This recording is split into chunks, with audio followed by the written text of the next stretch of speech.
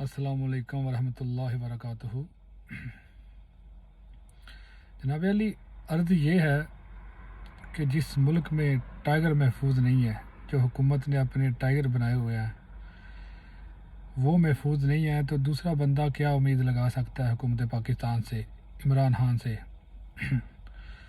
बात यह है कि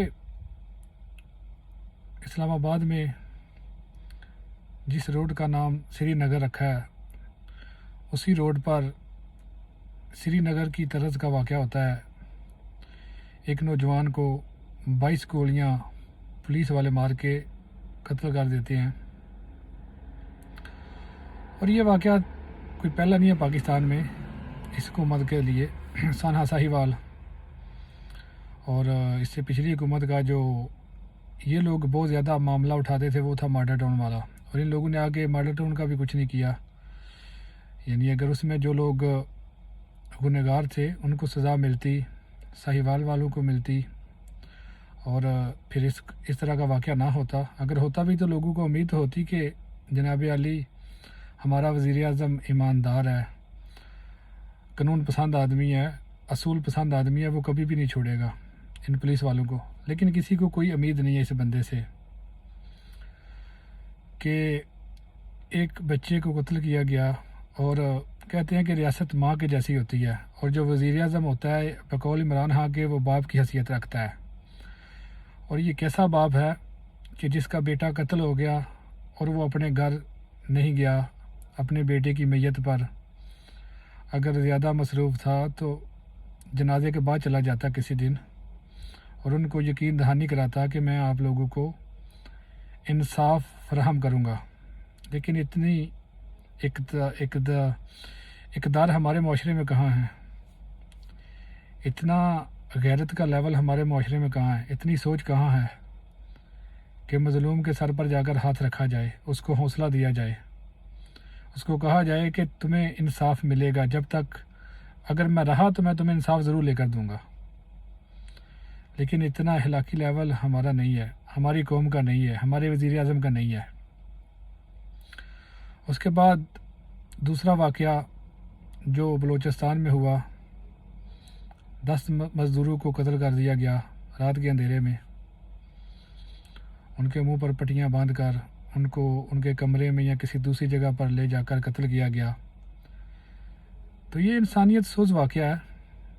अल्लाह ताला हम पर रहम करे, करम करे। अगर हज़ारा बरादरी को सिर्फ इस वजह से कत्ल किया जा रहा है कि वो शिया हैं, तो ये तो इंतहाई गलत कदम है। और ये उन लोगों के साथ भी पहला वाक़या नहीं है। इससे पहले हुक्मरान भी, चीफ जस्टिस भी, चीफ ऑफ आर्मी स्टाफ भी जाकर उन लोगों को तसल्लियाँ दे चुके हैं, लेकिन आज तक उनको वो सिक्योरिटी नहीं मिली।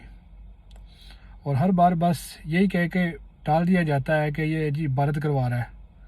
अगर भारत करवा रहा है, भारत आप हमारे मुल्क पर हमला डायरेक्ट कर देता है, वो अपना बलूचिस्तान में करवा रहा है, पेशावर में आके वो धमाके करवा देता है, बच्चों को मरवा देता है, और हम सिर्फ इतने कहते हैं कि भारत करवा रहा है, तो हमें उसका मुंह तोड़ जवाब देना चाहिए।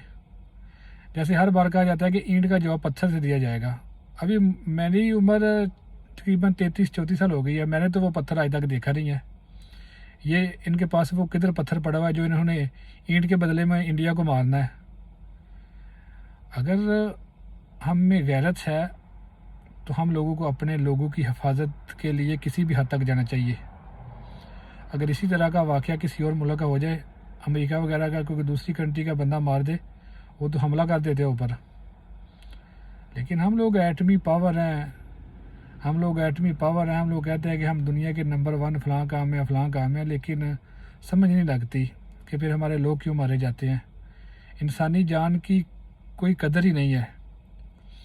अमरीकी आके यहाँ पर 2-3 बंदे मार के निकल जाता है, और जो उसकी पुलिस वाले जिन्होंने उसकी तफ्तीश करनी होती है वो उसके तरले कर रहे होते हैं, उसकी मिन्नतें कर रहे होते हैं कि हमारा अमेरिका का वीज़ा लगवा देना।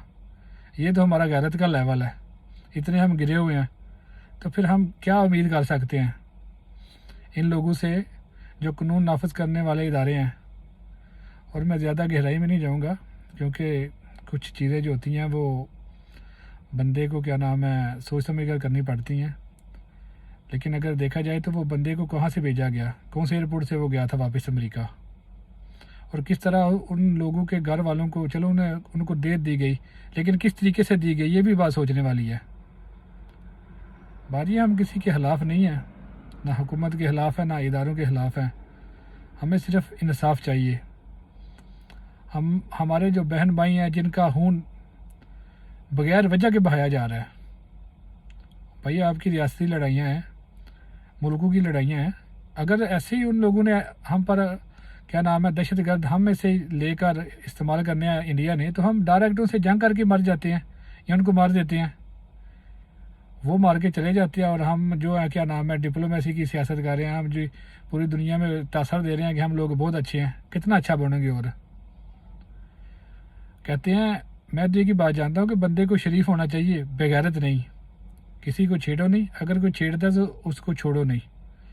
تو آج کے لیے بس اتنا ہی ہے کہ یہ جو باپ ہے نہ تو اپنے بچوں کی لوگ لاشیں لے کر وہاں پر کتنے 4-5 دن ہو گیا بیٹھے ہوئے ہیں روڈ کے اوپر اتنی سردی میں، نہ تو باپ وہاں پر گیا، اور نہ ہی باپ اسلام آباد میں جہاں پر رہتا ہے بالکل اس کے گھر کے پاس ہے، مقبوضہ کشمیر جو سڑک کا نام رکھا گیا ہے، اسامہ کے گھر والے وہاں پر ہے، نہ تو باپ وہاں پر ہی گیا ہے اپنے بیٹے کی قبر پر گیا ہے دعا مانگنے، نہ ہی بیٹے کے گھر گیا ہے دعا کرنے کے لیے۔